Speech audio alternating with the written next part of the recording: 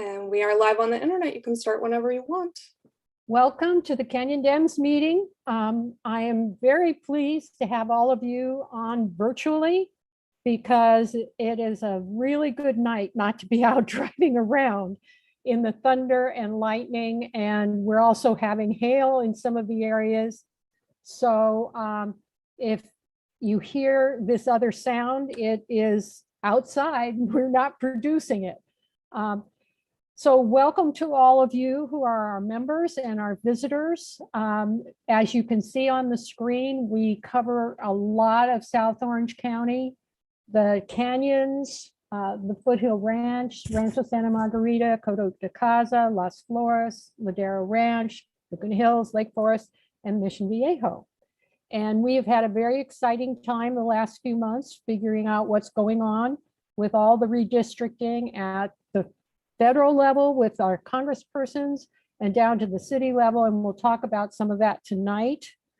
But first, we're going to start the meeting with the Pledge of Allegiance. If I can get my thing to advance, I'm not advancing.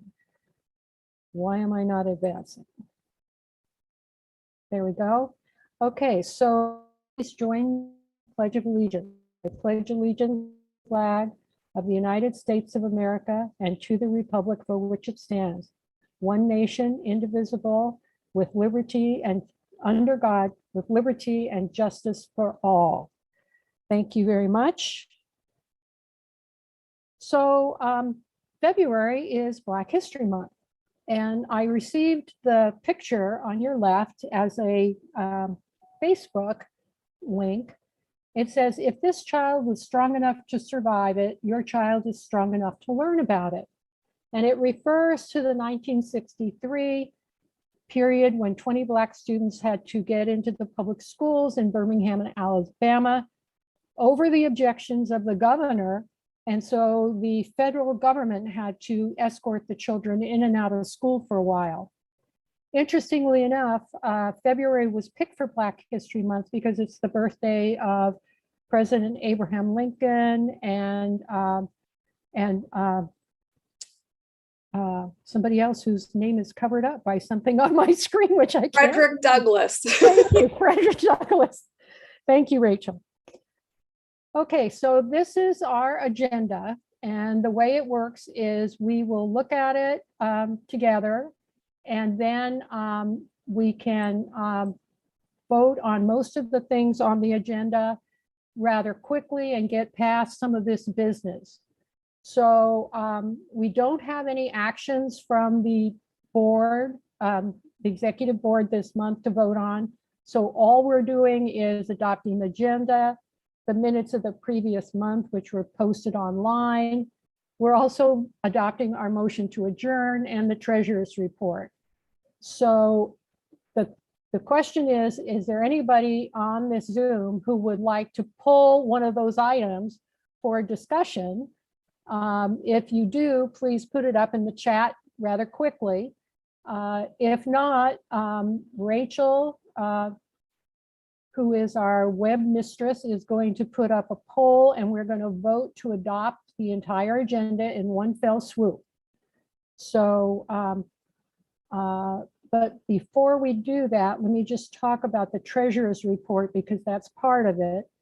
As you can see, Ken, our treasurer, gives me really good data every month, and I put it here on the chart. We're doing pretty well. I'd like us to be doing more in the area of membership. We still have some work to do there, but it means that we will have the money to go ahead and do our field operations and give money to candidates. And just as a background, this is what happened last year. And you can see that 22% of our income comes directly from membership and another 25% from our sustaining donors. So it's really important that we have everybody sign up for their membership. Okay, so Rachel, can you do the poll? The poll is up. Okay, so you can vote yes to adopt the entire agenda, or you can vote no. And please only vote if you're a current Canyon Dems member. Yes, thank you.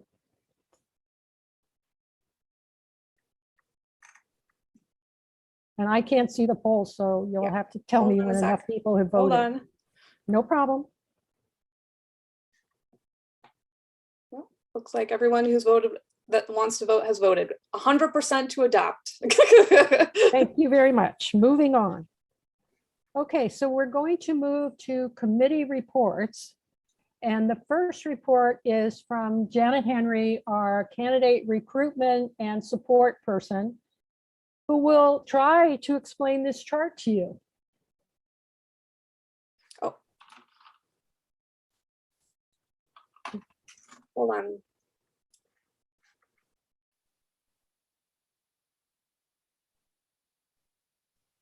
Welcome. Sorry, I started yammering. I will try to do my best to discuss this with you, but I suggest that you take a screenshot, take a photo of it so that you can go back and take a look at it and actually have it in your possession. We will put it up on the website too. Okay, great. So what Louise has done is done a fabulous job, because we are all admittedly quite confused as to where we should be voting. So you can see across the top lists the communities, and then it has which congressional district, Senate district, Assembly district, Board of Supervisors, Board of Education, School Board, and Water Board. So those are all the things that each of us gets to vote on.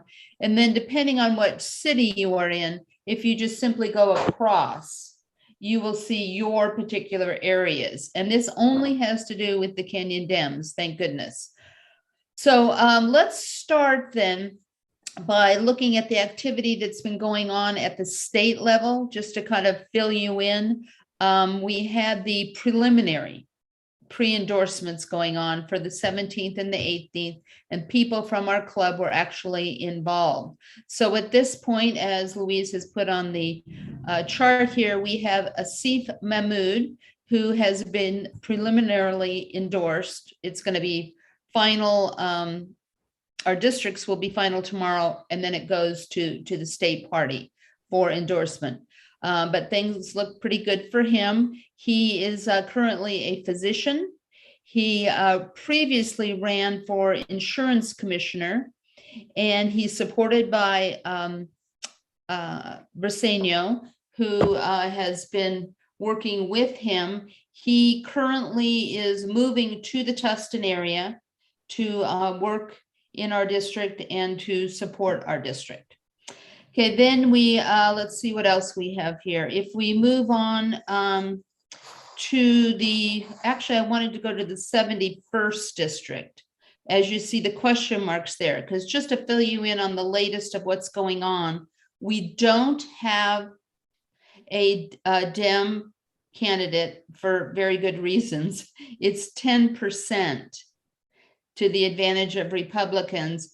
And currently, there is the mayor of Temecula that is in the race for the Republicans. And then just today, there was a big announcement that there is a woman, Catherine Sanchez, who is also in the race as a Republican. However, she's a local gal here from RSM, former congressional staffer for Darrell Isis and Ed Royce. So those are some kind of new things that have been going on there.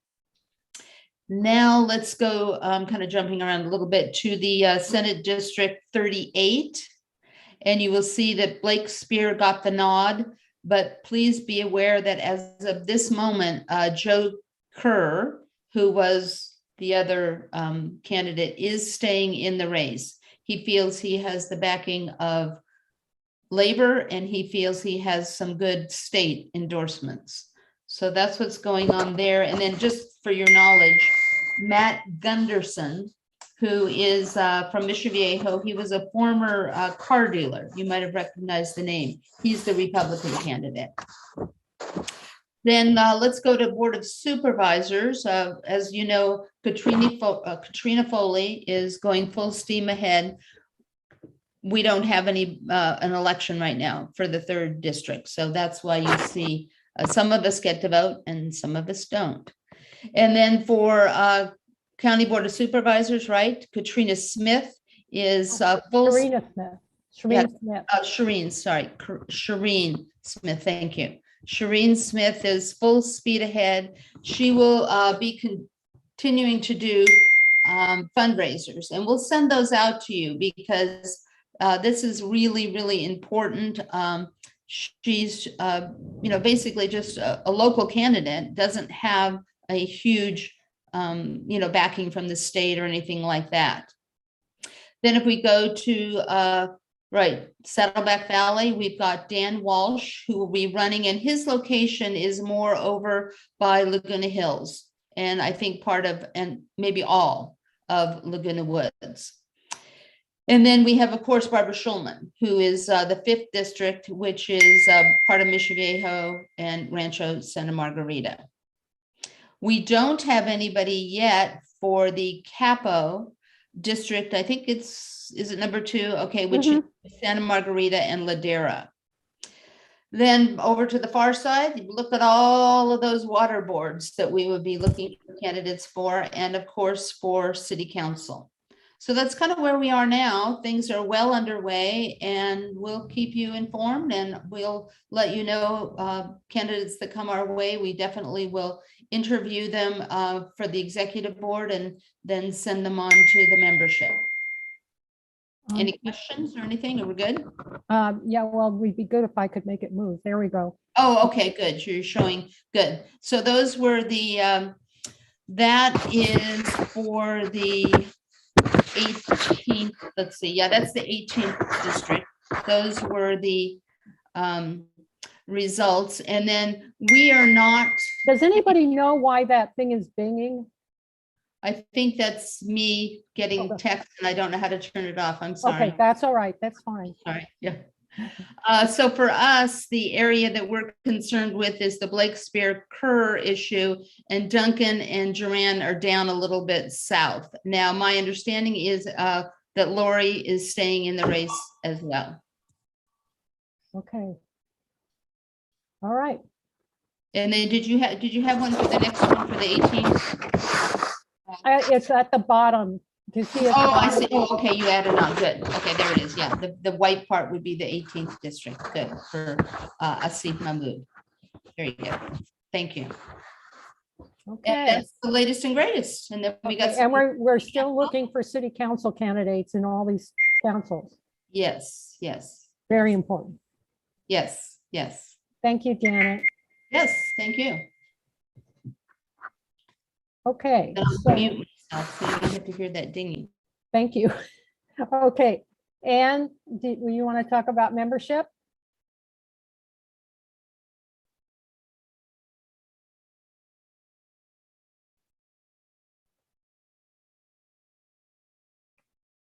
Okay, now I can talk. Yes, we thank all of those of you who have renewed. This will be a participation section. If you have renewed, raise your hand. You'd have to do that in the chat. No, just put it up there like that. If you have not renewed, raise your fist. And if you don't know, you could go like this. I'm giving basically people the rest of this week to renew for 2022. This, remember again, is separate from sustaining donorship. That is a separate category from your yearly membership that renews every January. So next week, people who have not renewed yet will be dropped from our rolls, and you will be getting a phone call from one of our members saying, I think you forgot to renew. Please go to canyondems.org under Act Blue and renew for 2022. So if you get a phone call, that is why. So if you don't want to be harassed with a phone call, you know what to do about it. We have, as that sign said, 179 people who still have not renewed from last year. Right now, we have 308 members. Many of those are brand new members that have just come on that weren't members before. So 179 of you still have to renew. And as you can see by that previous chart, this is a big part of our budget. So it's really important that you do that. $30 for an individual and $50 for a family. And if you have any questions, please feel free, Ann Owens at cox.net, to give me an email, and I will be glad to walk you through that. Next slide. We're going to, since we weren't meeting in person, and since there is still a terrible need for blood all across the country, we are going to ask that if you didn't give it in January, that you please go to Saddleback Hospital and make an appointment and give some blood that can be desperately used by many people at this time. So that is our donation for February. And for March, we're still not sure where we'll be in March. So I decided to make it easy, and we're going to be donating to Wise Place, which is a shelter for basically homeless women who have, majority of them have suffered abuse. And if you go to their website, wiseplace.org/wishlist, you can go to the little Amazon shopping site and spend whatever you feel comfortable spending, and it will be delivered to them. So that will be for our March donation. I don't know if you have any more slides for me, but I have some thank yous I wanted to take a second to do. Go ahead. Ann. I want to thank two people who were letter writers for me this year, or last month. Becky Butler wrote a letter to the Voice of Orange County, which was responsible for the article that they ran on, Becky Butler wrote a letter to the Orange County Register, which was responsible for the article that they wrote about Mission Viejo's dealing and their on their city council. Eileen Geiger wrote a letter for me to the Voice of Orange County when the Voice of Orange County wrote an article about Mission Viejo's housing element, and it made it sound like the original article made it sound like it was just fine and dandy, which it isn't. So thank you, Ann. Anything else? The inadequate coverage of that. And the next day there was a new article out that basically explained everything in detail. And if Eileen hadn't written that letter, that would have never happened. So I think it's really important that we use all our social media, all our newspapers. You're cutting in and out, Ann. Anne is getting attacked by the thunder. All the people that voted in the pre-endorsement conference. I know this was a very challenging year because of the changes in districts. And I know it was confusing, but you hung in there. Everybody got to vote.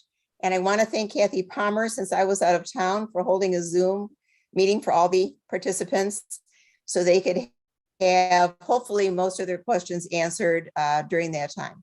So thank you, Kathy, for doing that. Okay. Thanks, Ann. Also, please, somebody's going to cover this, but is somebody going to cover the Value Rock thing on Thursday for the housing development that's being proposed in Mission Viejo? No, we don't have a slide on that or a report on it, but if you would like to do that, Okay. go ahead, Ann. All right, yeah. No, I just want to remind people that the apartment complex that's going up at the corner of La Paz and Margarita is getting a lot of pushback from NIMBYs. They're not all wrong, because I think it's something that definitely has to be reevaluated, especially for traffic. I just don't want it to leave a bad taste in people's mouth for high density housing as a whole, for the whole city.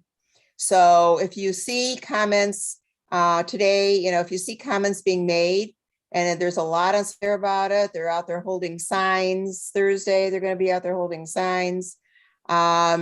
So please remind people that we still do need low income housing. And It just needs to be done correctly. Right. So I want to encourage you to go to their Zoom that's on Thursday at 5 o'clock. Okay, Thanks, Ann. thank you. Okay, you may have noticed that we have much more focus on local issues in our meetings than we had a couple years ago. And that's a result of the creation of these community focus groups. So there are active community focus groups in 4 areas, in Rancho Santa Margarita, in Mission Viejo, in Lake Forest, and in the unincorporated areas where Gary Gephardt is in charge. So tonight we're going to be hearing from them, and the first one is Walt Lawson. So as soon as you're able to get on, Walt, I'll move your slide forward for you. So can you hear me now? I can hear you now. Okay, that slide up there talks about 2 major issues that we're working on in Mission Viejo. I'm going to take the second one first. That's the terms of office for council members. And most of you are probably aware that there's been a lawsuit filed against 3 council members, Rass, Sachs, and Bucknam, that they have exceeded their term of office. They were elected for a 2-year term in 2018. It should have ended in December of 2020. They're sitting there without being properly elected. And this suit has been forwarded to the California Attorney General.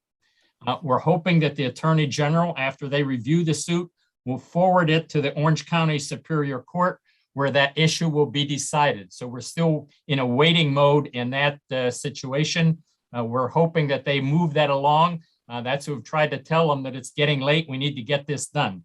So as soon as we have information, we'll pass that on. So then I'm going to go to the other section, voting district maps. And I see the second slide is up there, the slide I want to talk to you about. First of all, if you look on the left side there of the map, Plan E1, that's the plan that we're supporting and trying to get the city council to vote for. By any objective measure, from our perspective, it's the best map that's there. It's finally competing against map A, which was supported by the city. The city turned it in and the city is supporting that. It's got very little support from the public. Our map has gotten a great deal of support from the public. And you maybe can see some of the issues here by this marvelous map that Louise put together. So in District 5, Rass said a while ago he wasn't going to run, and they expect that Sachs will be it, and they're trying to fix it so that every council member that's running has their own district. So Sachs would have District 5. You can see a little note there in blue. Kelly's home until April 2021. She moved in April from down there up into the middle of the city. And in our map, at least, she and Goodell are both in the same district. I can tell you they're not very happy with that. Curley, the city attorney who's set this all up, his scheme, as I call it, is working as hard as he can to make sure that doesn't happen. Because if what happens, if our map gets approved, then they're going to have to go against each other. In their map, Goodell, Kelly, Bucknam, and Sachs all have a separate district. So they've set their map up, their map A, so that they can get elected. So if you look over on the other side of that slide, we're asking you to attend the meeting to support our speakers. That meeting is on February 22nd at 6 p.m. in the council chambers. We're asking for, in fact, we've been sending out notes to individuals to get more speakers at the meeting so we can even more get overwhelming support for map E1. That's our map that we're supporting. And if you can't make the meeting and don't want to speak at the meeting, at the very least, if you could send in your comments. Your comments can be as simple as, I'm supporting map 1E because it has great community support. And if you go to the next slide. Hold on, Walt. Okay. My thing is giving me fits about moving. Hold on. There we go. Okay, the next slide. These are some key points that you can take into consideration so you can say a little more than just I'm supporting map E1. And we're saying the council should respect the many comments from Mission Viejo residents in favor of map 1. On the 2 workshops that we had, January 25th and February 8th, the comments in support of map E1 were overwhelming. And two, I don't know how much we can say this because they're denying it, that the council members have been avoiding the move to district elections in order to stay on the council as long as possible. And what I started to say, not running for office when their terms were over. We think this whole scheme was done by Curley, the city attorney as well. And map 1E avoids drawing districts just to protect re-election prospects of council members. And finally, the city demographer that they hired, when she talked about all the maps, she said that map 1E met all the requirements specified by the city. So there's no way that they should be able to say that that map's not legal. So that's where we are. We hope we can get a lot of support for our meeting on February 25th, 22nd. We have quite a number of speakers that are going to be speaking, and we're going to really try to rock the house that night. Louise, thanks for the time. Oh, no problem. Well, I think you can't underestimate how important it is to have bodies in that council chamber just clapping for our side. It really makes a difference because the more people we have, the more support we can show, the better the chance that we will maybe break away one or two of those council members to vote for our map. So we need to show up and we need to be there in force. Thank you. Thank you, Louise. Okay, Andy Alexander is going to talk about some things that have gone on in Lake Forest. Hi, am I on? Oh yeah, I guess Yeah. Hi, good evening, everyone. This is Lake Forest's newest housing development for affordable housing development is the Mountain View Housing Project on across from the post office on Raymond. It broke ground in January and construction is going on right now. It'll have 73 apartments and they vary between 1, 2, and 3 bedrooms. The city contracted with National Corps to construct and manage this development, and the city used in lieu fees to provide National Corps with $3.8 million, and National Corps then sought donations and loans to make this project happen. In lieu fees are fees that the contractors pay when they do not provide enough affordable housing in their development projects. Here's the current issue. When this project was initially proposed, National Corps had determined the number of apartments available for certain income levels. As you can see from the chart, those numbers changed. The lowest income folks will have fewer apartments available to them. For example, if you look at the 30% average median income level, we were originally promised 31 units, but it's now down to 11. At 40%, it was 15. It's now down to 10. But then the 50% average median income level went up from 12 units to 19, and 60% went from 0 to 29. I was told that the reason for this was the lenders on the project wanted to make sure that their loans were secure. So the people with the higher incomes, even though still quite low, were provided with more units. Again, the people who need housing the most will still struggle to find it in Lake Forest. That's the bad news. The good news, once the Mountain View project is up and going and the residents see how this actually improves the community and revitalizes the area, the city and the residents may be more eager to adopt more of these type of housing programs. Lake Forest had provided housing, affordable housing in the Baker Ranch development, and currently is going to provide a senior housing, affordable housing development in the Meadows development that's happening right now. And so if anybody has any questions about any of this, please email me at politicalaction@canyondems.org and I'll get back to you. If I don't know the answer, I'll find out the answer to your question because I want to make sure everybody gets their questions answered and understands what is going on here because it's so important. Thank you. Oh, Andy, do you want to talk about the maps briefly? Yes. Okay. Our city adopted district elections in 2018 with the election of council members in districts 2, 3, and 4. In 2020, District 1 and 5 had elections. So in 2022, District 2, 3, and 4 will be up for re-election, and we need candidates. We need candidates. I can't stress that enough. We need candidates. Ann Owens and I went to the meetings when the maps were first developed in 2018. We asked questions and thought that what they came up with at the meetings was adequate for all intents and purposes. District 5 is largely a Hispanic community. That's the pink one at the bottom, purple actually. And in fact, this is where Gates Elementary School, ESL, charter school is located. And the school is highly successful and recently had a teacher. I'm sorry, I'm getting off topic, but I just love this. Alondra Diaz, a teacher at Gates Elementary School in Lake Forest, our charter school for ESL, won California Teacher of the Year for the whole state of California. And now she's competing national. Yay for her. So back to maps.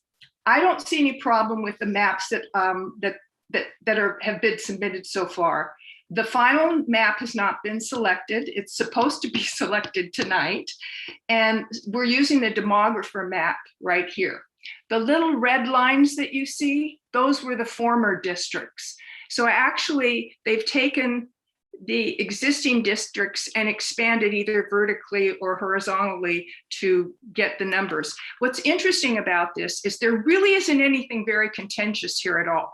We're taking care of our marginalized community. We're seeing a lot of growth in districts 2 and districts 1. And we had over 8,000 people in the census. We had to accommodate for 8,000 more people, and that's the second largest in the county. So Lake Forest had huge growth over the last 10 years, and we're still growing because all these new developments, they're not even counting yet. Anyway, we were allowed a 10% deviation. Our demographer created the districts you see here, and the deviation is less than 5%. Among all the districts. So that's pretty good. That being said, barring any unforeseen circumstances, the district will select their map tonight. And I understand that 2 more maps were submitted that I have not seen yet. So I was going to go to that meeting, but in lieu of the weather, I have since changed my mind. It actually hailed here. We didn't have rain, we had hail. Yeah. And so I think I'm just going to stick around. Okay, thanks, Sandy. Thank you. Okay. Oh, just one sec. I want to jump in because there's a debate in the chat. And just for anybody who's not following the chat, this Mission Viejo City Council meeting is next Tuesday, which is the 22nd, not the 23rd. So just in case anybody wants to show up to the meeting, it's the 22nd Tuesday. Thank you, Rachel. Okay, Cindy, Ashley.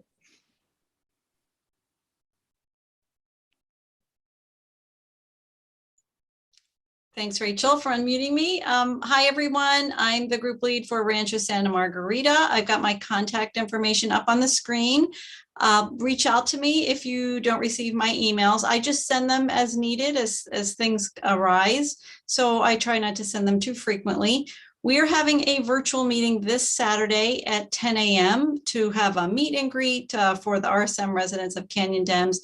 And we're going to talk about if anyone wants to run for city council. I did see Janet's slide and we've been in touch about any candidates. So she might have some more information for me. We have 3 seats up. And I know we've talked about maybe focusing just behind one candidate. So, you know, it is a little bit of a red town here. And the RSM City Council voted on February 9th, just last Wednesday, to approve revisions to our housing plan. So if you want any more information on RSM, please, you can private message me in the chat with your email if you have not been getting any invites or anything from me, and I'd be happy to connect with you. Thank you. Okay, Cindy, thank you very much. I'm going the wrong direction. Okay. Marty, do you want to talk about fundraising? Very important. With no fundraising or with bad fundraising, we really can't accomplish all the things we want to and support our candidates. Exactly. Exactly. Money makes the world go round, right? So you've talked, Louise already talked briefly about the Sustaining Donor Program. We are only in February and already our 49 sustaining donors have given over $3,000 this year. That's in addition to their membership fees. So it's a great program. Thank you, Walt, for coming up with it. And we hope to continue and to expand it. As you can see, in April, we're going to have a special thank you event for our sustaining donors. You really want to be a part of it because it's going to be a great event. And so if you want to become a sustaining donor, it's just as easy as going to the website and finding the little button to click.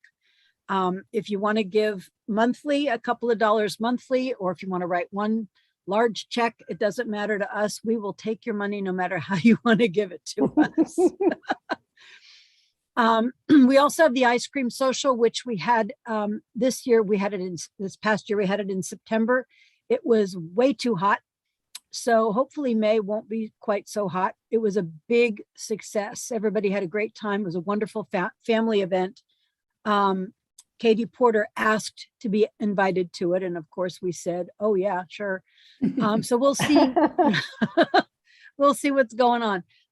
Then there's an Earth Day rally. We'll have a sales booth, our pop-up there where we'll be selling our merchandise. And then we're planning a candidate forum in June as soon as the primary is over so that the people who were elected could come and meet us and greet us and tell us what they stand for and why we should be on their teams and why we should give them money. So all of those are in the works. Thank you very much. I hope that all of you will become sustaining donors, even if it's just $1 or $2 a month. That would be great. So thank you all so very much. Yeah. Okay. Oops. Okay, then you've seen this before. Show up in 2022 like democracy depends on it, because it does. This year, everything is on the line from the Senate down to city councils. So we need a lot of help. And one of Judy Fike is the chair of the field committee, and she's going to tell you about some of our efforts to win these elections. Neither rain nor sleet nor hail can keep the Canyon Dems down. So we are back and running, and I'm excited to let you know about our meet and greet launch. It will be Saturday, the 26th, from 4 to 5:30. You can see the slide. It's going to be in Lake Forest. We have invited, the host is Tracy Rayburn, and she has sent invitations out to people in her neighborhood. But if you think you might be interested, it's for Shireen. And we really want to get her name out there to people. It's important that people know who she is. You can send me an email at fielddirector@canyondems.org, and I will be happy to give you the address. This is the first one, and I just want to make sure we know what we're doing. And once we've confirmed that this meet and greet was successful, we will be launching many more of these in March and April and through the summer. So if you're interested in hosting, we need people to host. And as you can see, there isn't a whole lot involved. I helped with writing the invitation, and we provide you with a box with name tags and any other help that you need. These are smaller gatherings. We're hoping 10, 12 people, maybe 15. If you have a larger house, then we can invite more people. And we think that will take about 90 minutes. So the candidate will have a chance to talk about his or herself a little bit. And then we hope that people will come with questions to ask the candidates. And I think these are exciting, and I hope you guys will attend some of them and host a few. Yeah. And then the postcard program. Postcard program started today. So if you go on Mobilize, the information will be on Mobilize. On our website. So I think it will be on our website as well. And many of you have done the postcard writing before, so you kind of know what I'm talking about, but the Mobilize website is set so that you sign up for a day and a time, but it really doesn't make any difference what day you do this. You can do it 1 hour or 2 hours over a period of time. But we just need people to sign up so that we know how to get the materials to those individuals. And I think that's it. We're rolling. We're ready to go. Okay, that sounds great. Okay, Annie Krinsky is ready to talk Okay. about our program for tonight and the upcoming programs coming up after this. Right. First, I'll tell you about the program in March. Our speakers are going to be Katrina Foley. She's a member of the Orange County Board of Supervisors, and she's running for re-election. And Pete Harden, candidate for the Orange County District Attorney. Tonight, I won't repeat what the bio that has previously been published on our website. I want to tell you about Dr. Kathleen Tressiter. She's a professor of biology at UCI and the principal investigator in the Tressiter lab. Her research focuses on the interplay between global climate change and fungal ecology.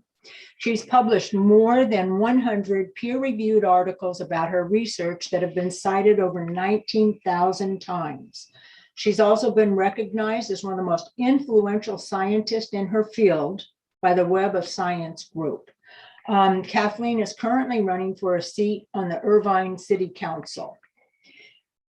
Ian Kracian has worked tirelessly for 100% clean energy for Orange County cities, along with Kathleen. Her efforts have been rewarded most recently in that the city of Irvine just voted unanimously for 100% renewable electricity for its residents. Irvine joins Buena Park, Huntington Beach, and Fullerton in offering residents clean energy. So Kathleen and Ian have been hugely instrumental in getting these cities on board with renewable energy.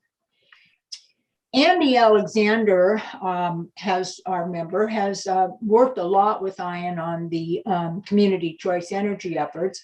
So I said to Andy, Andy, what would you say about Ian? And I'll just read what she said to me. She wrote, Ian is a great teacher and advocate for creating a safer, cleaner environment for all of us. I've learned so much from her about community choice energy and really love putting that knowledge into action. Ian continues to inspire me and others, and I feel grateful to have her as a friend. So that's a lovely quote, and it says a lot about Ian. First we'll hear from Kathleen and then from Ian. When you have questions, please put them in the chat and preface your question with the word question in all caps. So thank you so much. And Kathleen, we welcome you and we thank you so much for coming to talk to us. Yeah, I'm so happy to be here. Thanks so much for inviting me. And Ian, I'm really happy to be presenting with Ian, one of my good friends. We do a lot of presentations together. We talk almost every day about climate action and making plans and strategies. I also want to thank all of you for advocating for climate action here in Orange County. For a while, Lake Forest had joined our local community choice energy program. The city council then pulled Lake Forest out, but there's nothing you could do about that. It was phenomenal that you got the city to sign up for that. And there are many other ways that you have all participated. So thank you very much. Okay, so let me get my screen shared here. All right. Okay, can you see my big presentation? Yep. Mm-hmm. Yeah. Okay, all right, great. Okay, so I really appreciated the recent headline that you all used for our talk. It was something about like heat waves in February. Shall we talk about climate change? And I agree. I think we should talk about climate change. We just came out of a big heat wave. And then tonight we had hail in Irvine, and I understand you had hail elsewhere, that's like a day after a big heat wave. And so, this is not normal. I think I probably don't need to tell you this. And in fact, climate instability like this, where we switch between extremes, we expect to be seeing more often with climate change. This is just one of many things. So can't waste any more time taking action. So Ayn and I are going to first tell you about how climate change will be affecting your area up in where the Canyon Dems live. And then we're going to talk about some things that we all can do to combat climate change here in our residences. Okay. All right, let's go. Okay, first I'd like to start with a land acknowledgement. So we all live on land that is the traditional territory of the Hashaman and Quiche communities. They lived here for thousands and thousands of years before most of us moved in. But a thing that they really want to make sure that people know is that they are still here and they're still very active. And in fact, they are very active for environmental issues. And in fact, they point out to us that they were the first ecologists in this area. So I always like to start off talks that I give with this acknowledgement. Okay, so climate change in the canyons. What is going to be happening? Well, first of all, I want to say it is happening already. I mean, we had the hailstorm, we've had the heat wave, but we've also had wildfires. And I know that many of you have been affected by that, especially people in Silverado Canyon. Whenever we have a big wind event, I am always holding my breath, hoping that Silverado Canyon doesn't have a fire. That area is particularly prone to fires and it's hard to get out of. And so I really feel for all the residents who are frequently having to evacuate owing to those fires. And that is an element of climate change. When we have really dry days, and we have strong winds, like with Santa Ana's, if there's any sort of spark or anything like that in the area, the vegetation will catch on fire and just go right up. It's just born to burn. And so climate change actually is a factor because it's making the weather drier and hotter, generating those conditions. But what other things can we expect? Well, let's take a look. Let's look at within our kids' lifetimes. So I have 13-year-old kids. They'll be, hopefully living, past the end of this century. And what's the weather going to be like then, kind of towards the end of the century? What are they going to be seeing? Well, we can predict climate. We have these climate simulations that we run here at UCI and elsewhere. We can make some estimations of how many extreme heat days that we're going to have. And these are days where it's over about 108 degrees Fahrenheit. Well, here's a graph of how these heat days we think will proceed. So this right here, the blue lines, this is historical heat days. So typically we have 2 weeks worth of heat days, extreme heat days, 2 weeks worth of heat waves a year. We expect in the future, because of climate change, to be increasing quite a bit, so that by the end of the century, we're expecting instead of 2 weeks of heat waves, we'll have 2 months of heat waves per year. Now, this is a problem because some people are particularly vulnerable to heat waves. The elderly, the children, people who have a hard time regulating their body temperature, they often are hurt really quite a bit by heat waves. In addition, as the weather gets hotter, then our electrical transmission lines actually become less efficient just due to physics. And so that makes it harder to maintain as much electricity as we need to keep the air conditioning on and so forth. So that's why we see a lot of brownouts and blackouts at that time. And so that combination of factors, we think, is going to end up causing several more deaths a year, probably for your area, something like 20 extra deaths per year owing to these heat waves, which is terrible. We're expecting more severe droughts. we're in a drought right now. Actually, there was an article on the front page of the LA Times today that talked about we're actually in a mega drought, which is the biggest drought we've had in the past 1,500 years or so. If we look at the weather over the past 22 years, on average, it's been so dry. We have really never seen anything that dry over that period of time before, going back as far as we can, going back about 1,500 years. It's just incredible. And we expect that to continue. And then, of course, I already mentioned the wildfires. All right, so this news, I recognize it's not great to hear. But on the other hand, I do feel optimism. I feel optimism partly because you have invited me to speak here, and actually many other clubs and groups in this area are inviting me to speak. Just on Sunday, I gave a talk to the Irvine Unified Congregational Church. So people really do care. They recognize, and they are motivated to take action. And so I was going to tell you about some of the successes that we have. And I just want to say, absolutely, absolutely, we can make a difference. And also, we're really able to capitalize on the best science to figure out what are the best approaches to make here in Orange County. Okay, so here's some of the best science that we have out lately. So really recently, the United Nations, they have this group of scientists who work with them. It's an honor and a privilege to work with the United Nations on this issue. They put together a report on climate change, and they said, under no uncertain terms, climate change is a code red for humanity right now. Now, in your area, in the canyons, it's literally a code red, right? Because you're getting fires and things.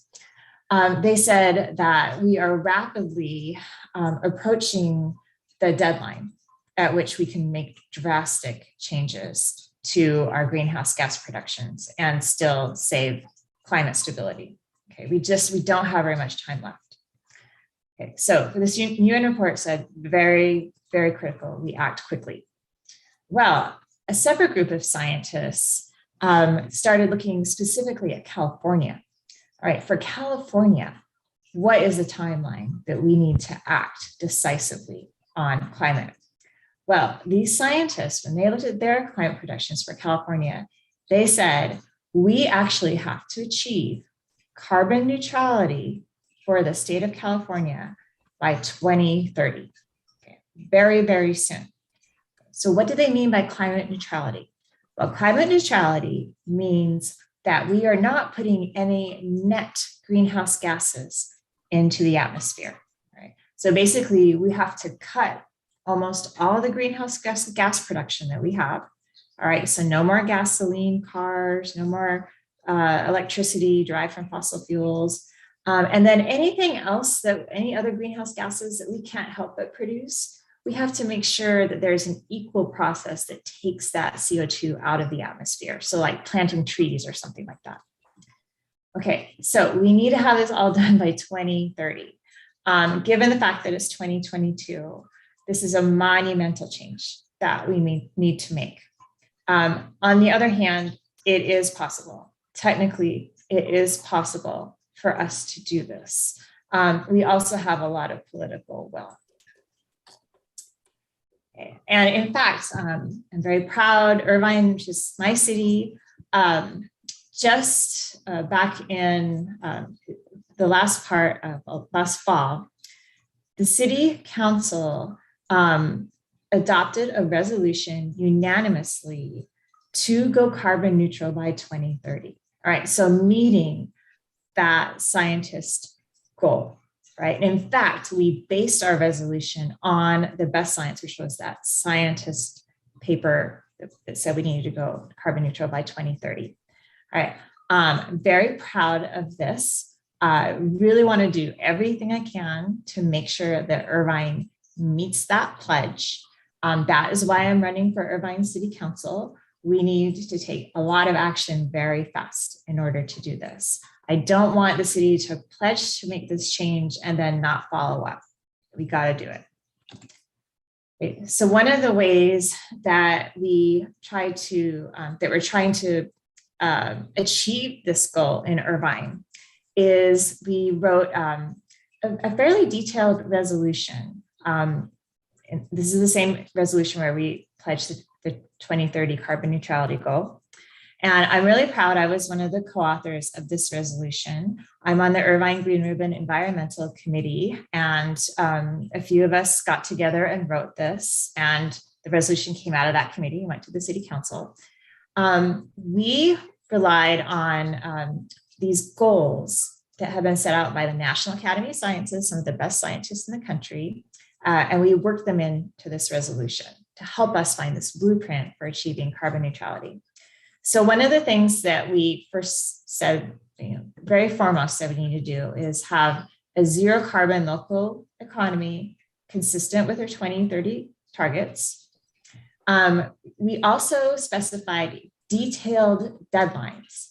We need to achieve certain things by certain dates, right? If you don't have those deadlines spelled out, then it's very easy to put them off. All right, it's very hard to see how much progress you're making. So we needed detailed deadlines. We also emphasized environmental, economic, and social justice. We didn't want the city of Irvine to be taking climate action at the expense of vulnerable populations. Okay, and here's why. The city of Irvine does not exist in a vacuum, all right? We have neighbors. Many of you are our neighbors, all right? The greenhouse gases that we produce right now get blown over other cities, right? They don't just stay right within us. And at the same time, if we decide we don't want to emit greenhouse gases in this city, we can't export that activity elsewhere. We can't say, all right, we're going to achieve carbon neutrality just within our borders, but then we're going to buy energy, say, that emits greenhouse gases, in the canyon areas. It doesn't work that way, right? It's not fair. Oftentimes when we see climate change affecting communities, it affects the communities that are less affluent, that are minorities, and have other types of vulnerabilities. And it's just a matter of, it's a moral and ethical imperative that we center those communities when we're making our decisions. And finally, we said that we really wanted to see any new developments or renovations of buildings to implement all the best new codes and standards to make sure that they are energy efficient and zero carbon. All right, so that means that within a home, you cannot be generating more greenhouse gas than you are removing somehow.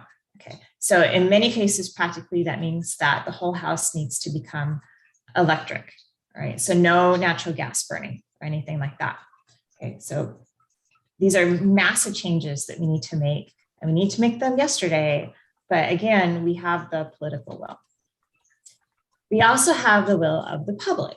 And so, I think a lot of people think of Orange County and they think of it as being, on the red side. And I understand that. And there are definitely parts of Orange County that are fairly red. But even in the Republican dominated areas, even in those areas, the majority of adults think that we should support climate action, right? This is a very well-supported subject. So, here is a survey that was conducted by Yale University. And for residents in our area, especially the area that the Canyon Dems are, 72% of adults actually agree that climate change is happening. That is a remarkable majority for any sort of political issue. Right? It's hard to find 72% agreement on anything. 75%, even more, support greenhouse gas regulation. Okay? And 83% support renewable energy research.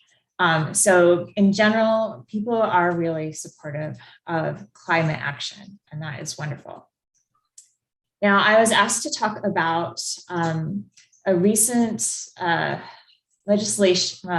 recent regulations that have been proposed by the California Public Utility Commission regarding solar panels, right? So some of you may have heard that the incentives that people in California have had for installing solar panels in their home have become in jeopardy. So the CPUC, which regulates these incentives, has produced a proposal that would slash these incentives. So right now, well, how many of you have solar panels on your house? I'm just curious. Raise your hand, thumbs up or something like that. All right, good. Oh, great. A lot of you. Okay, great. So you installed those solar panels, and I'm guessing that you installed them because you cared about the environment. That's what I'm guessing is your primary motivation. But maybe what helped was that you received a rebate for those solar panels. So that really helps eliminate a lot of those costs. You may also get a good deal on your electricity now. So if you are using more solar energy, let's see, if you bring in more solar energy than you're using, you probably have a bill of like $0, except for maybe like a $10 a month service fee or something like that. Well, that could all change. So the CPUC wants to cut those solar panel rebates, and they also want to charge solar panel users per kilowatt hour that they generate with their own solar panels. And for the average house, that might be like, it might raise your electricity bill to $40 a month. So people in general who are supportive of solar panels on residents are not very happy about this new proposal, and they have lobbied against it. And recently, the CPUC decided to postpone their decision on this legislation. There was so many communications against slashing these incentives. And in fact, the LA Times, when it covered this issue a couple of weeks ago, pointed out the proposal would sharply reduce incentives and levy new fees for residential solar customers. The proposal has drawn fire from solar installers, some environmental groups, and other elected officials who say it would decimate California's residential solar market. So for these groups, I'm sure they're feeling very hopeful that this proposal has been tabled for now, but it could potentially be discussed again. And so I think it's worthwhile, paying attention to this. And if you want to keep solar panel incentives for homeowners, this is something that your club may want to take action on in the future if it comes up again. Okay, so I believe that is it for my slides, and it is time to go to Ayn. I will stop sharing. All right, thank you so much, Kathleen. Actually, I emailed you my presentation. I wondered if you could run my slides, because when I run them, I can't see my notes. I want to be able to see my notes. Okay. Oh, okay. Got it. I've got it. That would be awesome. So yes. So thank you so much. While Kathleen brings those up, thank you for having me. My name is Ayn Creation, of course. The purpose of my presentation is to bring you up to speed on local climate action and to help you understand how you can get involved and kind of set the stage for what's next in Orange County. So in terms of an outline, I'm just going to do a brief introduction to myself and Climate Action Campaign, give you an update on the Orange County Power Authority and those 100% renewable votes that Kathleen mentioned, and then what's next, which is building electrification. I'm going to explain kind of what it is and the many, many benefits that it will bring. So you can stay on this slide for now, Kathleen. In terms of an introduction and me, I'm a mom, and creating safety is probably the defining value of my life. Personally, I had a very chaotic upbringing, so preventing suffering for vulnerable children and mothers is very important to me, and it's what brings me to this work. We know that climate change will cause political instability. It's one of those things that people list when they talk about climate change, but that doesn't really convey the magnitude of what it is.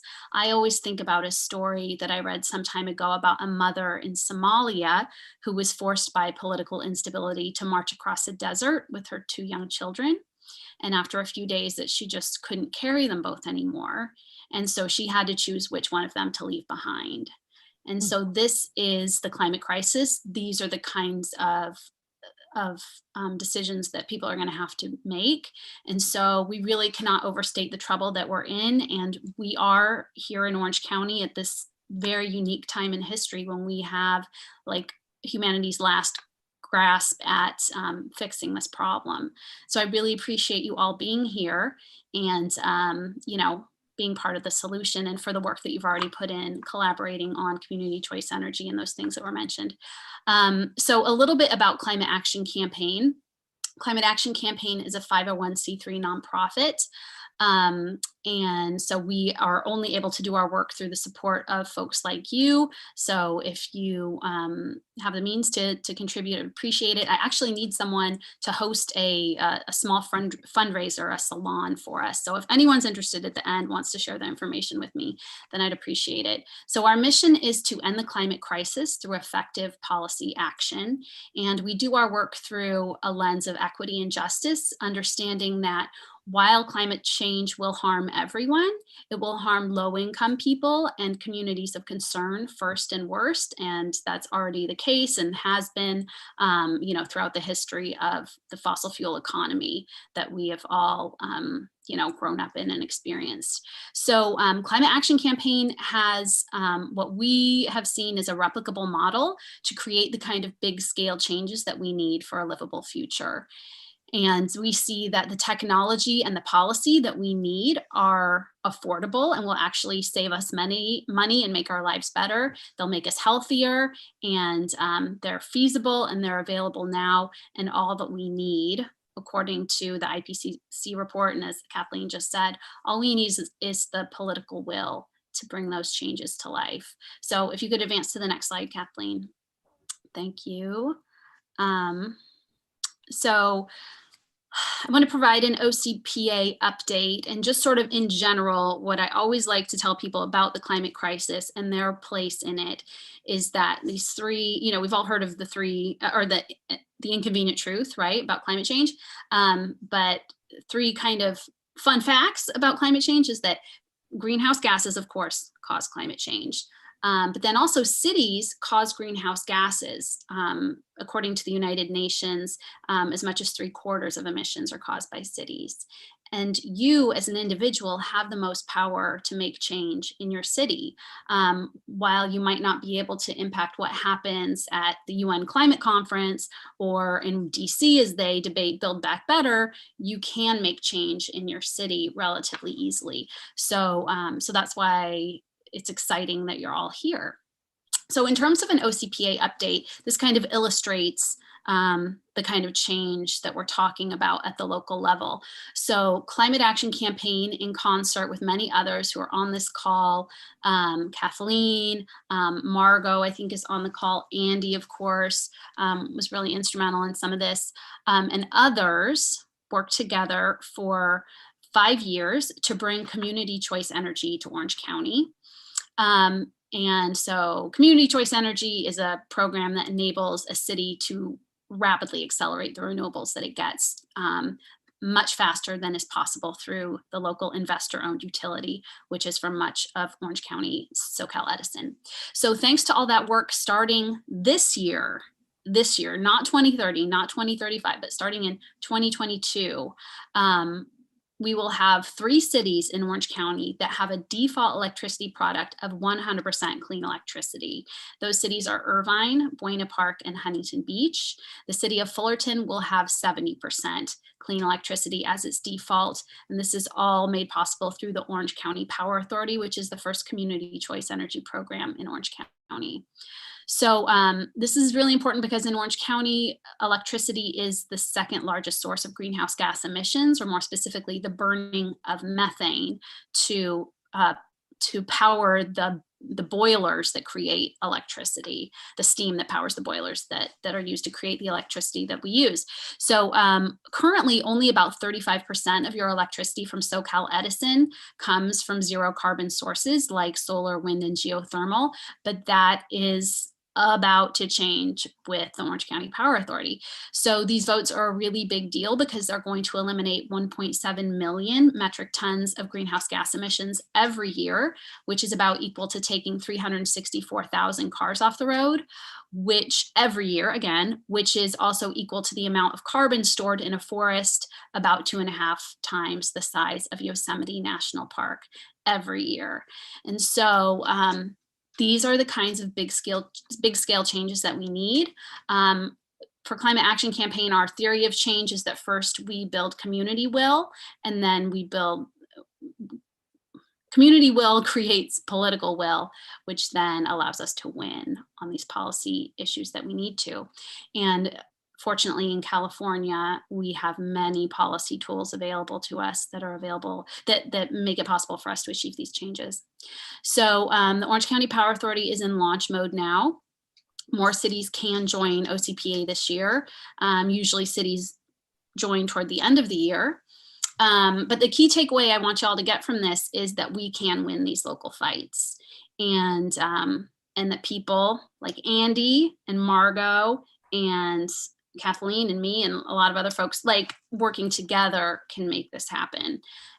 So I hope you will all take some inspiration for that. So next slide. So what's next? Now, we've brought community choice energy to Orange County. What else do we need to do to be climate safe?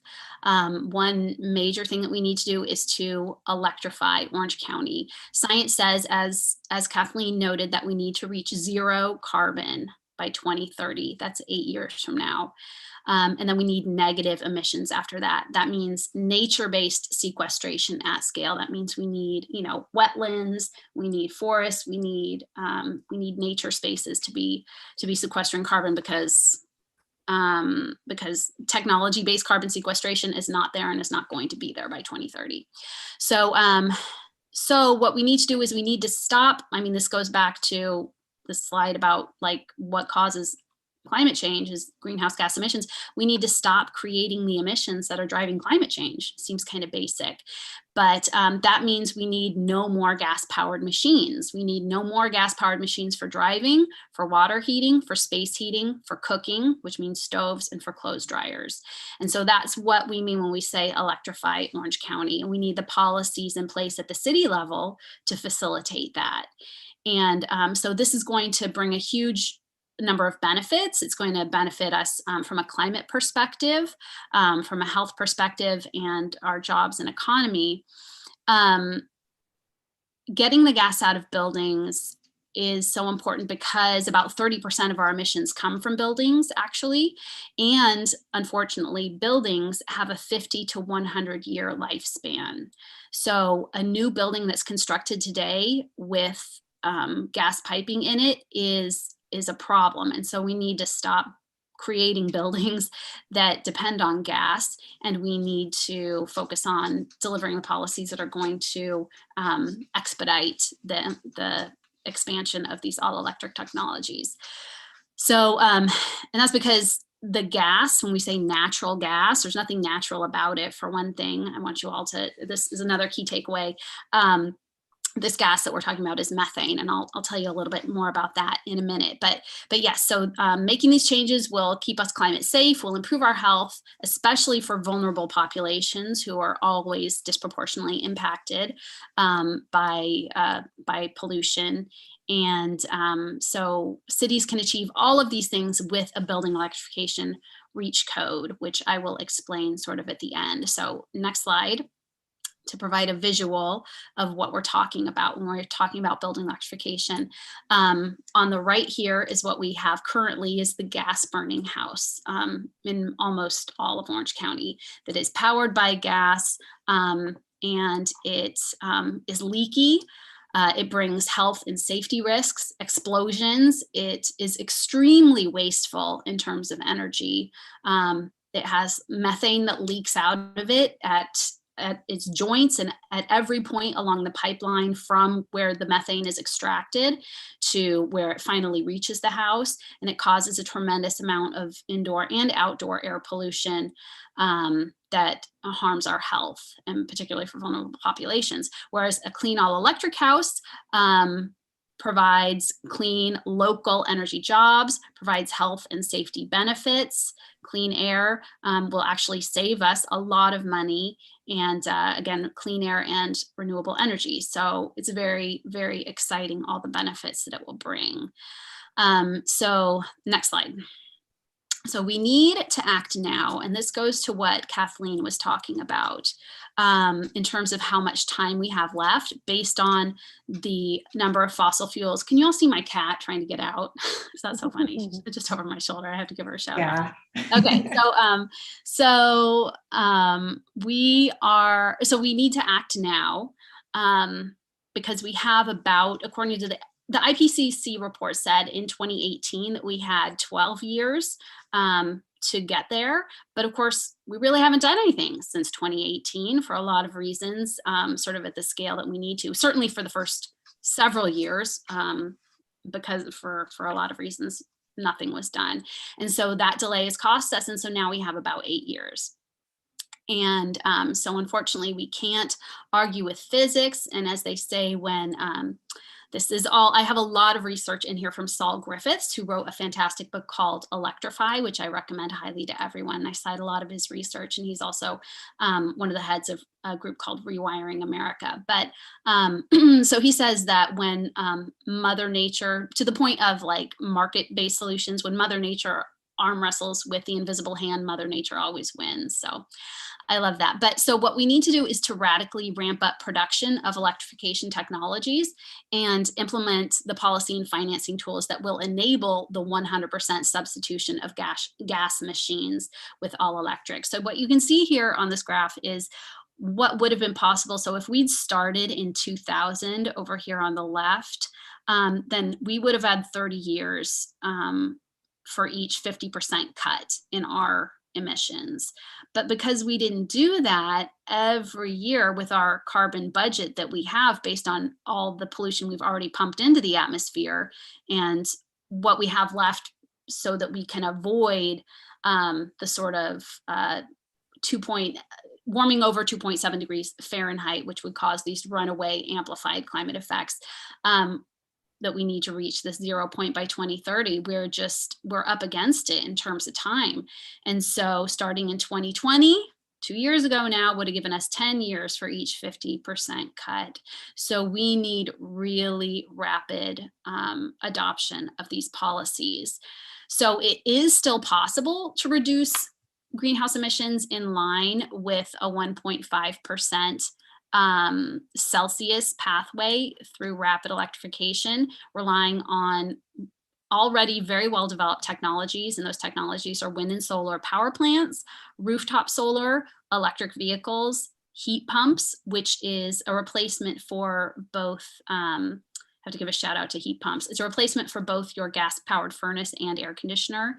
And it's like a refrigerator that runs in reverse, but it's a fancy air conditioner / furnace.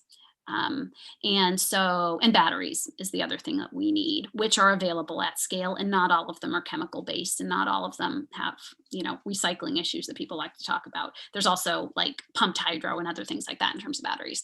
So we can think of these technologies as the infrastructure of the 21st century. And so if everyone uses carbon-free energy to heat their homes and to get around, then the bulk of this problem is going to be solved. And so that's what we need to work on.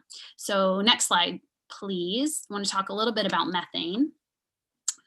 So methane is, like it says here, pound for pound, methane pollution, or the byproducts from burning methane, is over 80 times more potent than carbon dioxide as a greenhouse gas. So methane is also invisible, and it is invisible to the naked eye, that is. It is 85 to 95% of what you see coming out of your stove. If you have a gas stove, when you turn it on and get that and then the blue flame comes out, it is mostly methane. Again, it's a very potent greenhouse gas, and the IPCC report focuses on methane and the importance of eliminating it, because methane hangs out in the atmosphere for only about a dozen years, while carbon dioxide can persist for thousands of years, steadily warming the whole time. So the coal that was burned in the Titanic to run into that iceberg is going to be with us for the next hundreds to 1,000 years. But as we reduce methane, we can experience the benefits from that like now. So eliminating methane is really key, according to the IPCC report. I see questions popping up in the chat, and I'm gonna get to them at the end, I promise. Well, I think hopefully we'll have time at the end. So next slide, please. So, in order to decarbonize in time, we're going to need to substitute clean energy technologies for their fossil fuel counterparts. And those are going to need to ramp up to 100% as fast as possible after a brief period of industrial mobilization. So what that means is that every time a gas or diesel car is replaced, it must be replaced with an electric vehicle. From the perspective of, as a consumer, I want you to stop obsessing about tiny consumer purchases, and we need to start obsessing about large scale infrastructure. We need to think about what our cities are doing, because we can impact that. We also need to think about the infrastructure of our own lives. And that means our transportation infrastructure, which for most people is probably a vehicle, and probably a gas burning vehicle. So you don't need to run out and buy one today, but when you're going to be replacing your car, it must be an all electric car. And then every time if you're going to replace your furnace, if you have a gas furnace, it must be replaced with an electric heat pump. And every time we have a gas plant going offline, it must be replaced with a solar or wind powered renewable generation facility. So this graph just sort of goes to underscore the point that there is no way to accomplish the rapid energy transition that we need with market-based policies. A 100% adoption rate is achieved only by mandate, which is where the kinds of policies we need at the city level are going to come in. Because it typically takes decades for a new technology to become dominant by more market forces alone, because it's going to, in that way, very just slowly increases market share every year. A carbon tax is not fast enough. Market subsidies are not fast enough. But businesses and the market can help. But what we need at this point, just at this point, based on where we are and the delaying as long as we have, that we need policy help. So that's what we're going to do. So next slide. In terms of, this is, I see a mention about plastic. We also don't want plastic clogging our oceans, and production of plastic is not great. But again, emissions, the climate crisis is being caused by greenhouse gas emissions, and greenhouse gas emissions are caused in large part by transportation, like over half in like a standard Orange County city, about 55% probably from transportation, 30-ish plus % from buildings, the remainder being from waste. So I have to say that because we obsess about plastic, and plastic is bad, and we should all stop using Ziploc bags and disposable consumer goods. But also, let's think big infrastructure, because that's where we are in the problem right now. So in terms of and this again just shows the theoretical adoption rates versus climate outcomes and where we could find ourselves if we count on a carbon fee and dividend or sort of more market-based solutions versus mandates. So this is why we need the mandates. So next slide.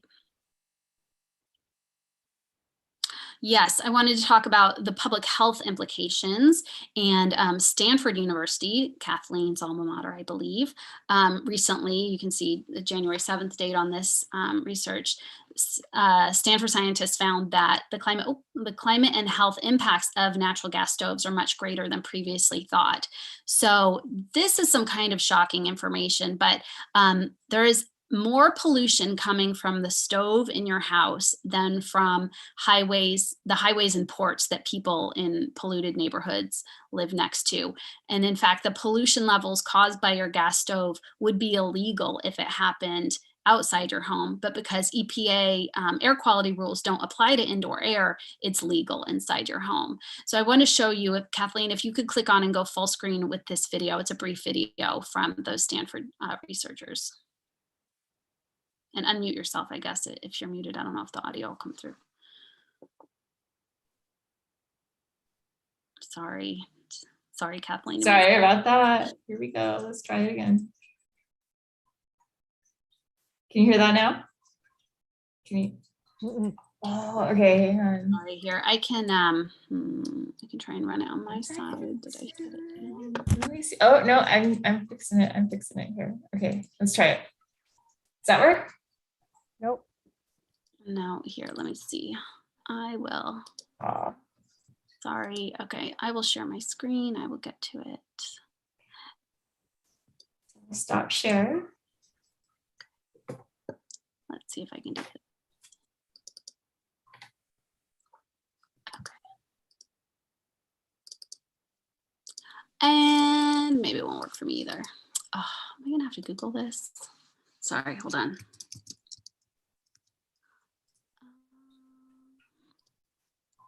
I think some of us already read this in the newspaper, so maybe you could just summarize. So basically, yeah, they found that, oh yeah, because it's gonna want me to do a slide. Oh geez, never mind. Okay, yeah, we'll skip the video. I'll send it to y'all later. Sorry about that, and thank you. So that's just to the point of the really shocking.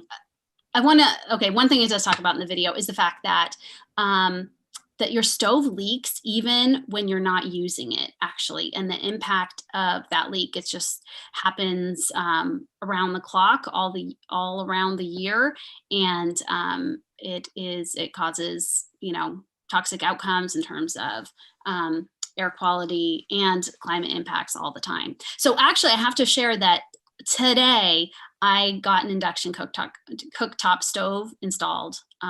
This was I saved my pennies, nickels, and dimes for a long time, and it was my Christmas present plus my Valentine's Day present, and I still have not used it, but I'm very excited. So hopefully I will be sharing lots of cooking videos of myself using it very soon. Because in terms of climate impacts, like your stove has stoves altogether, their use is relatively low in terms of actual greenhouse gas production. It's like 3% of greenhouse emissions. But so your furnace and your water heater produce more, or responsible for more emissions. But especially if you have children in the home, because they're smaller and they're, you know, at certain places in their development, and they live lower to the ground and their exposure is higher. So I wanted to also mention, oh yeah, next slide, so in terms of the impacts, the greatest impacts especially from stoves, are on the most vulnerable populations, children, because they are still developing, they're particularly vulnerable, and low-income people are also more vulnerable because typically they live in smaller spaces. Sometimes their ventilation is not as good. There are more of them in this smaller space, and a lot of times they'll be actually using a gas stove or oven for heating because they don't have access to other heating options for the home. So this increases, so it's 100% an environmental justice issue. So, and it causes all kinds of, their exposure causes learning deficits for children and asthma. Kids who live in a home with a gas stove are 42% more likely to experience asthma than kids in a home with an electric stove. So, yes, so next slide. In terms of savings and other benefits, the kind of the impact that we could see from building electrification, households, all of these households saving money together adds up on a very large scale at the national scale, more than $320 billion in household savings that would flow into the larger economy. And in terms of jobs, it's expected that as many as 25 million jobs would be created in the United States by an aggressive building electrification plan like this. And yeah, so that more than 7.7 million of those would be new jobs. So many, many, many good reasons to do this. Next slide, please, Kathleen. Also, so the good news is that more than 50 cities in California have adopted building gas bans and electrification reach codes that facilitate this kind of change. So a reach code is a local building energy code that reaches beyond the state minimum requirements for energy use in building design and in construction. And in so doing, it creates opportunities for local governments to really lead the way on clean air, on climate solutions, and on the renewable energy economy, while creating a roadmap for other local governments to take action as well. So if you look at this map, you can see there's a whole lot of activity in the Bay Area. And there's been, this map was from, I believe, 2020, and more policies have come online since then. And there have been some throughout Southern California. I know Santa Barbara adopted a policy last year, and Encinitas, of course. So next slide. I want you to see, because we are here, here's Southern California, what is missing in terms of electrification reach codes.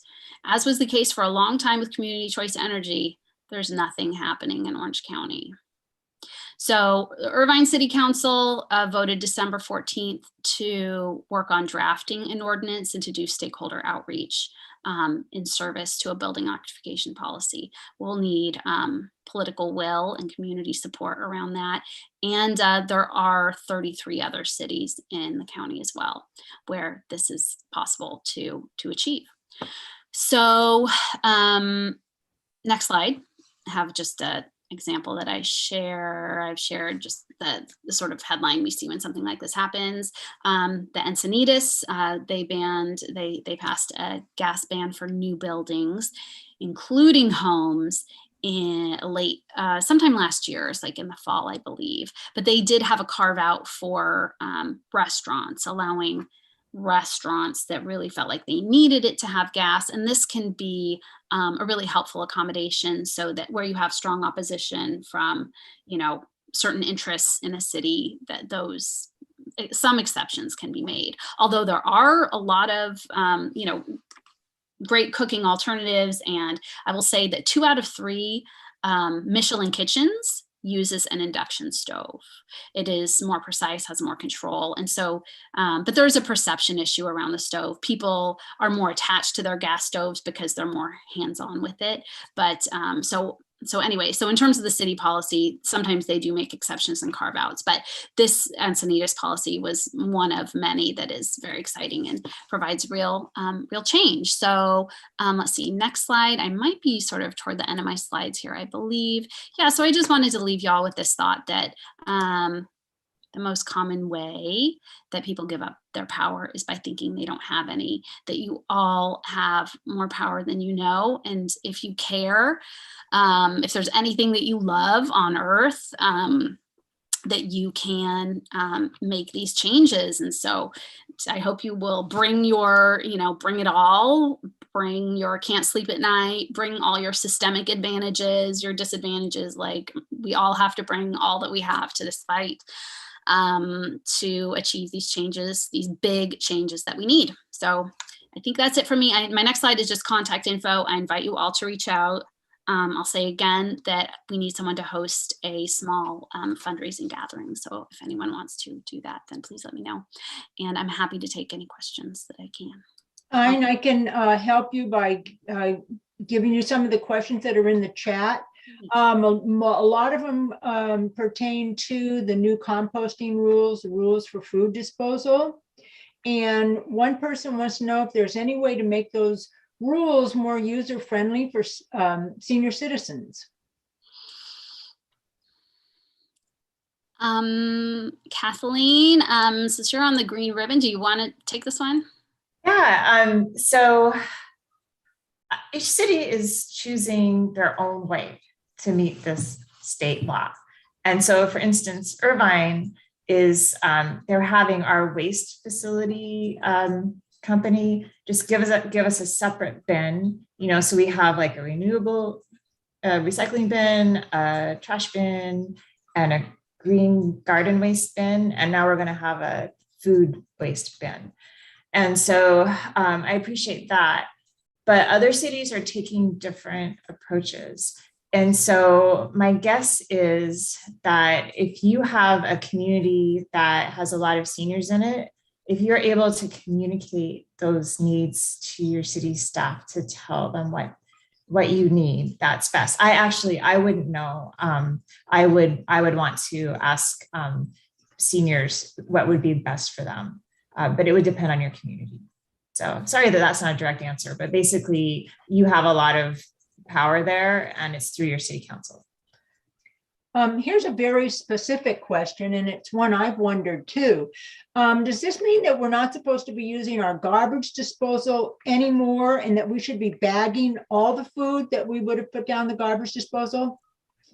Yeah, so the garbage disposal is not great. My husband will not let me put food down the garbage disposal, and that's because it goes into the water treatment and it will make methane there. And so whatever is the alternate disposal method your city uses, I recommend using that instead. One person wants to know if it's possible to get a summary of all the things that we need to do. There's so many rules about recycling, and it is kind of confusing. And what's also confusing is you can go to different sites and you'll see different things. Just today, I was looking up, can you recycle glossy paper? And one site says yes, and another site says no. So if there were a place that we could go to for drop dead facts on a summary of what we can do. You should be able to reach out. Sorry, Kathleen, did you want to? Okay. So I was going to say your waste company, you should be able to contact them and they should be able to provide, whoever picks up your garbage and your recycling should provide all the answers to those questions. But I do want to say that the carbon footprint calculator and this focus that we have on our personal actions is a deliberate invention of the fossil fuel industry to detract attention from the kind of systemic change that we need. So as we think, I mean, we need to reduce our consumption, certainly. So, and that's great. It's great to think about, but it's more important to think about the bigger changes. Here's another question. Where are sources to buy these electric furnaces and air conditioners? Like Home Depot and Lowe's.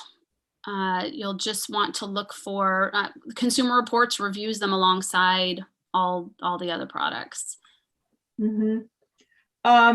If we have to replace our gas appliances, what are we going to do with them?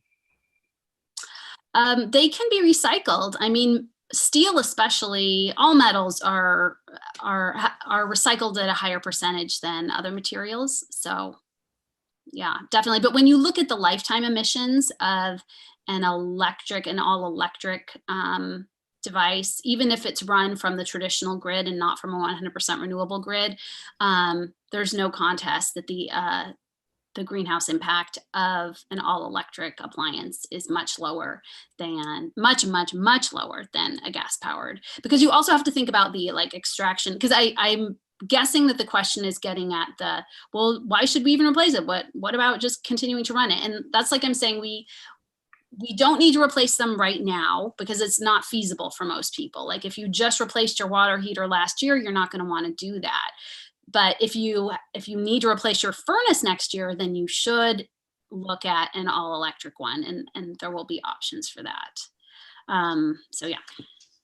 Okay, thank you. We have time for one more question, and this one is for Dr. Treseder. Why do you think you had success implementing change in Irvine? Did you receive more support after more Democrats were elected, or were there particular issues that you received support for across the political spectrum? It was really amazing. The commitment to move forward with the Community Choice Energy Program actually happened when we had a Republican majority council, and then the Democratic majority council kept that going. And so we had to be very, very careful in our messaging. So we didn't use the words green, clean, renewable, climate, environment, anything like that. In fact, Don Wagner was our mayor, and he's a climate denier. We focused on freedom of choice, free market, local control, cost savings, all the things that Republicans liked. And we also just tried to have massive numbers of people show up to the city council meetings. So we really beat the bushes. And, you know, usually the city council members, they want to hear from their own residents, of course. But if you're just sitting in the audience and applauding and not necessarily speaking, they don't know that you're not a resident. So you can bring in people from other cities just to sit and applaud, and that can have an impact on them as well. So it was basically a lot of blood, sweat, and tears. I'm very careful messaging. Mm.